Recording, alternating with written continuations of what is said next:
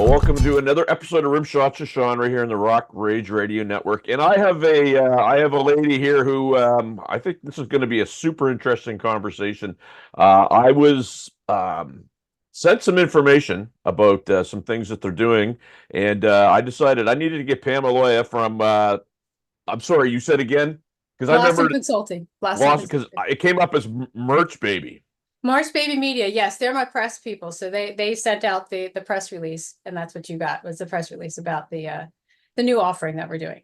So, without further ado, Pamela, tell us and my good viewers exactly what it is, without giving away all, any of the Colonel's 11 herbs and spices, what it is that you do. Well, Blossom Consulting is a writing support group. So we help writers, new and seasoned writers, to get their message out, whether it is a fiction, nonfiction work. It could be articles, it could be papers, anything really. We work with folks from the college age all the way to 90s. So we help people get the right verbiage out. So we do everything from soup to nuts between scheduling, putting together an outline. We'll even do the writing if you need us to.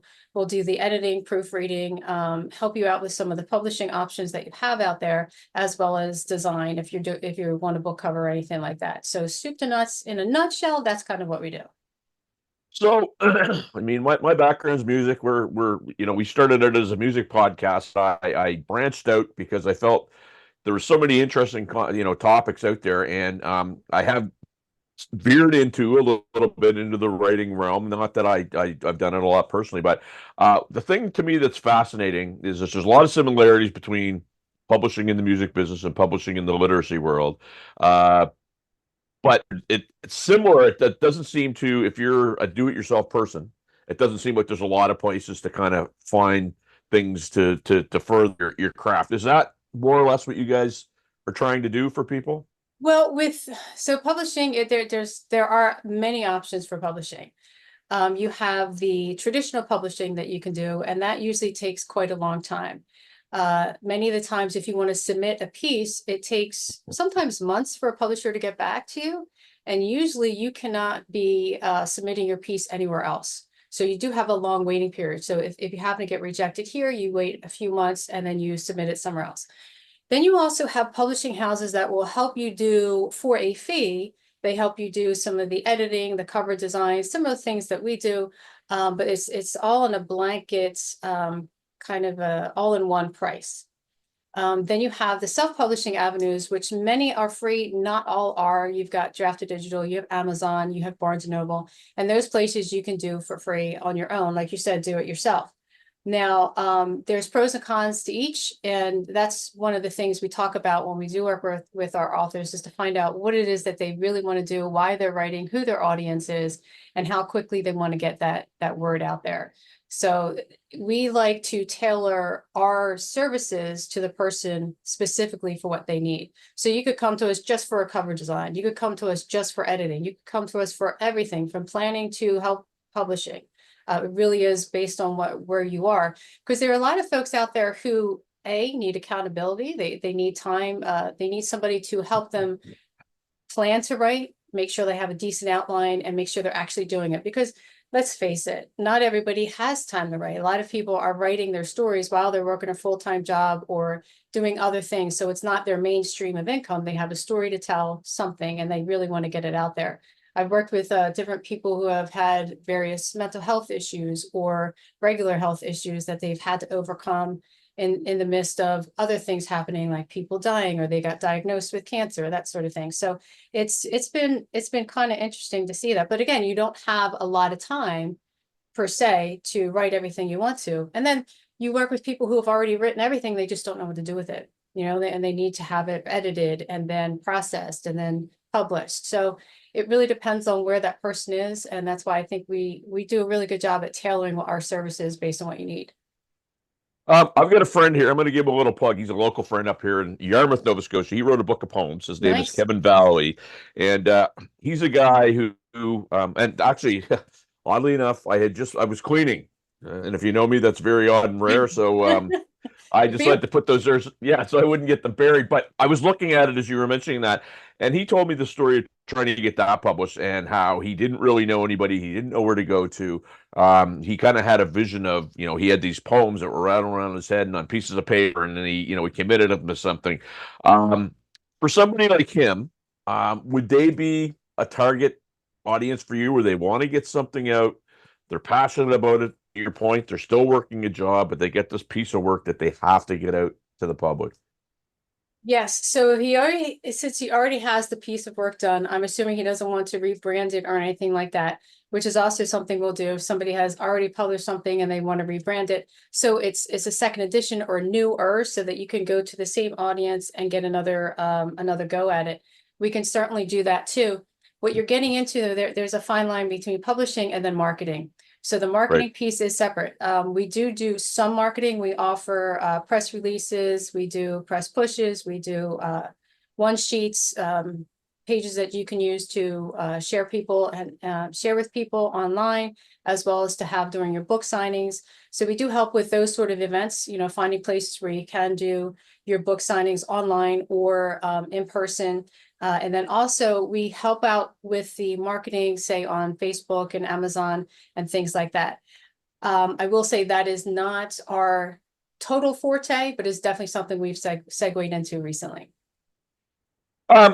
So I don't profess to know your world at all, and so I'm not going to sort of morph back into music to draw a comparison, because I don't think that's fair. But I guess a question is: the literary world similar to music, in that the big ones, the big publishers, kind of rule the day, and like music right now, the streaming services are just clobbering the independents, right? I mean, it's almost impossible to make money off your music if you're an independent artist, unless you're signed to a big record deal. You can't do that. Is it similar in your world, and how that works?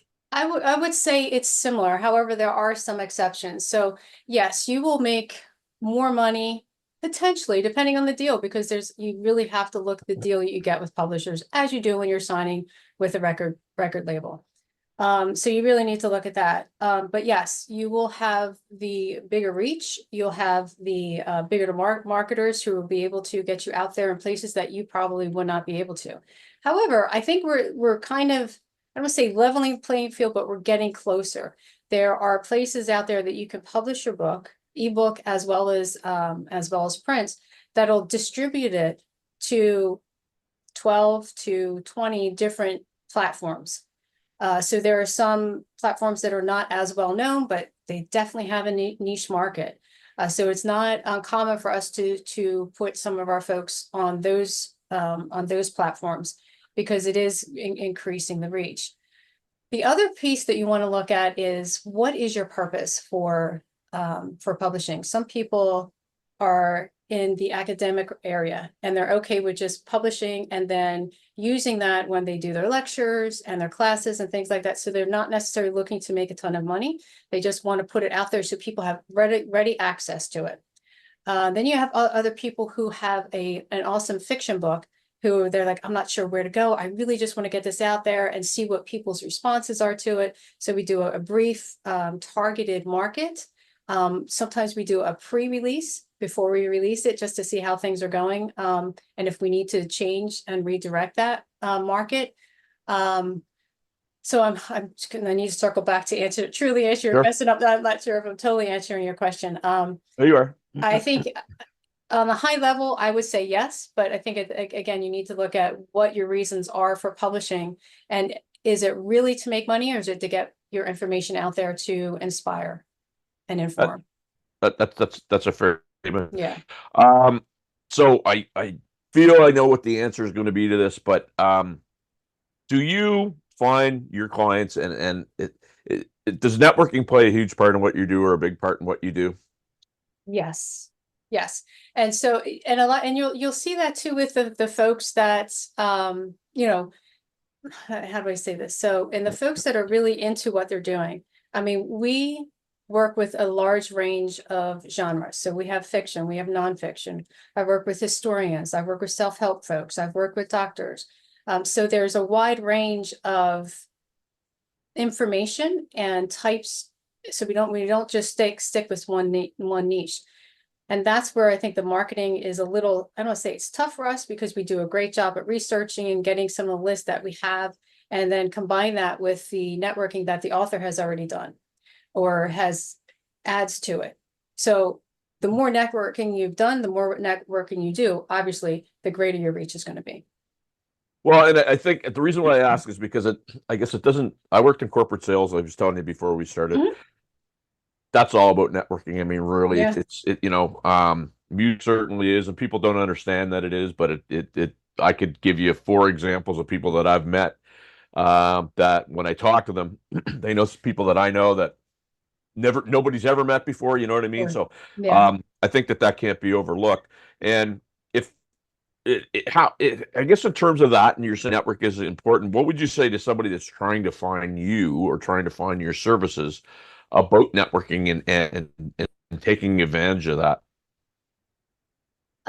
There's a lot of different ways you can do that. So when you know what genre you're in and what your purpose is if you haven't already, I mean, some people already have built-in networking systems, especially people who are in the academia or the doctor area. Even some of the self-help areas already have some networks built in. My recommendation is to continue to build your network, whatever that looks like. Reach out to podcasts, reach out to different shops, to online folks that are top in their fields. Do you know what I mean? And see if you can get Yep. some of their reach too. It's amazing that some people think that if you reach too high, you're just people are going to ignore you. That is not always the case. You know, so I always find it interesting when somebody says, "Oh, I reached out to such and such who's like some high physicist person," and my author was like, "Oh, I thought they were just going to dismiss me. I just did it on a whim." And they wrote back and said, "Yeah," and so he wound up getting an endorsement on his book. So it's just you just keep trying. You never know who's gonna be inspired and impacted by what you're doing. I love that because I will tell you, anybody that I've ever had a problem engaging has been somebody that lives 5 to 10 minutes from me. I've had people on my podcasts, like everybody from Leland Sklar, who legendary baseballer, play with, Phil Collins and James Taylor, answered himself, handled all his own correspondence himself, showed up on time, and he was amazing. And there's a guy who has every right to tell some guy in Halifax, Nova Scotia, I have no time for you, yet he did it. Yeah. Um, Yeah. so that's a great message because I think people get a little bit too freaked out. That's the only way I can put it, with thinking that, swing for the fences. No, no, no, they'd never talk to me. So that's a great message. I think that you should Yeah. really, Yeah. swing for the fences. And I think for some people, I don't say everyone, but many authors, especially if it's your first one or your first published book or piece, or if it's a newer area that you're not used to publishing in, people get gun shy. They're like, "Oh my gosh, they feel vulnerable," and you've got to be Yep. okay to be vulnerable. You got to be okay to get bashed because in that there's going to be as many bashers, probably more lovers than there are going to be bashers. So you just got to get yourself out there. That's a great message because I tell you, after the initial slap in the face, if it goes sideways and feeling hurt, it's kind of like, yeah, I'll go try somebody else. And, Yeah. it's not Yeah. that bad. Trust me, I can vouch for that. So, um, I don't want to, and if this is a question that you might go, oh, I might not necessarily offend somebody, but somebody might go, oh, well, I don't like the answer. Is there a genre that you like working with more than another genre? Or are they just all You out there know, for you? I will say I started off in the self-help genre because that's comfortable for me. But I love learning new things. I'm interested in many things, and the older I get, the more I want to learn about things. So, no, I don't enjoy one more than the other. I love the fiction because I don't do a lot of that. So I love the creativity that comes from that. I love the historic information. I love the personal stories that people have. I was I'm working with a couple of folks who have gone through cancer or are still going through cancer and working to compile their stories together into one book. And it's just fascinating the spirit that you find and the strength that people have when they go through these stories. So I love meeting people and learning how they work, how to help them really dig deep and bring out what it is that is the essence of their piece. So I don't have a favorite genre. And I know some people will say, oh, that's a cop out, but it's not because there's so much out there. Why not open up to it? Yeah, I don't think there's any cop outs, right? I mean, it's like, what your answer is your answer, Yeah, plain and simple. yeah, Uh, thank you.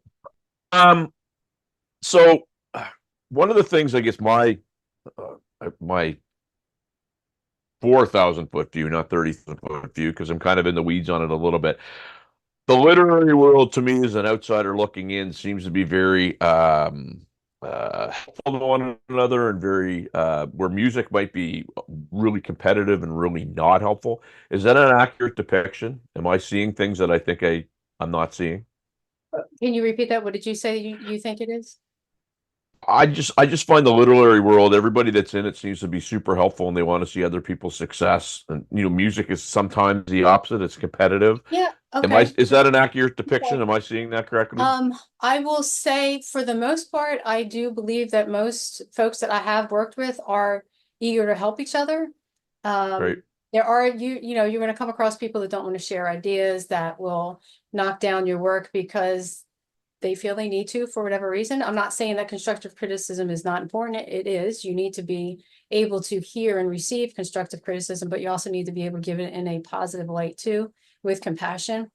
But yeah, I would say that there is still competition, but writers kind of unite in a way too. So I think you're viewing that quite accurately. Yes, there is a camaraderie that writers have. The reason why I asked, I happened upon a writer who, his name, he was just outside of Flushing, New York. His name's Dan Ponavana. I don't know if you've ever heard of him. He's a No. mystery writer, thriller writer. Through my research, and I had him on my podcast, and he was amazing. Through my research, I found out exactly who he was, and I decided to not go to where exactly who he was, because I want to talk about him and what he was doing. And I come to find out he's got this group where he helps mentor authors, and like a very cool thing. And he was just so at the end of the interview, we're off camera, and he says, "Well, I get a connection to music." And I'm like, "Yeah, I know exactly who you are." And he was astounded that I didn't ask him, and it was because I want to focus on what he did. And I don't know if Right. you're familiar with the name Ronnie James Dio, who used to sing Yes. with. He's Ronnie James Dio's son. Oh, wow. And Okay. he was the forgotten son who, really didn't know his father, was bitter about it. But anyway, his story is very cool. And so that's where I kind of took that question from, because everybody that I have dealt with in your world, I guess, just seems to be a lot more helpful, a lot more open, a lot more giving to each other than maybe music sometimes. Okay. Yeah, I'm not too familiar with the music world. I've just kind of hear things, from the people Yeah. that I've worked with and people that I know who are in bands. And it does seem a little more cutthroat than I would be able to survive in personally. I don't know. I don't know if I would enjoy myself in that realm, Yeah, we'd have as a to musician. we'd have to move over to your self-help section there to take care of that. Look, I don't want to keep you all night, but I appreciate you doing this. Where can my viewers? So you're gonna be going on the Rock Rage Radio Network, which is over 5,000 radio stations, in addition to my podcast channel. Where do my people find out about you and what you're doing? Right. So you can find out about me on blossomingeveryday.com. You can also find me on LinkedIn as Pamela Aloia author. And you can, connect with me through email, and I think my phone number is on there too, so it's text either way. But I do want to give a quick shout out to the music folks who are listening, because I have been starting to work more this year specifically with some musicians and helping them get their stories out. So if anybody and I think it's what musicians go through on the road, booking shows, dealing with other bands. We're talking about people, I guess what I've heard it called is being in the trenches, you Yep, know, no question. the folks who are still working clubs and traveling and doing tours and things like that. I think there is a lack of knowledge, and I think there needs to be a deeper appreciation of what musicians go through. A lot of people say, "Oh, well, why can't this be free? Why can't that be free?" Well, because it costs money to do all of the things that they're providing you. I think the way that the music industry has gone has made it so easy for people to devalue it, but there's so much behind the scenes that people don't even realize that goes on. So if anybody's got a story that they want to share and you want to write about it, please call me. I'm all for it. And we didn't even rehearse that, because we talk about that a lot on this podcast, right? Yeah, Um, where you go and you play a show, and somebody says, "Well, why are you charging this?" Well, I'm not charging for that. I'm charging for the years of learning and the experiences and the gear, and they just equate that 2 hour right, window. And you're right. right. and it looks easy and it looks fun. And somebody was told maybe in university, you're a good singer, you should go be a band. And all of a sudden they're a band and they don't know what to do. So yeah, thank you for that, because Yeah. sometimes when I say it or my circle says it, we just sound like a broken record. So it's nice to hear from somebody outside of that. Pam, I want to thank you for doing this. It was great to meet. I am going to be in touch about a couple things because, like I say, I think I could probably funnel some people your way that are looking for Awesome. information. Okay. And peace, my friend. All right. Thank you so much. Appreciate it. We're back on the Rock Rage Radio Network after this.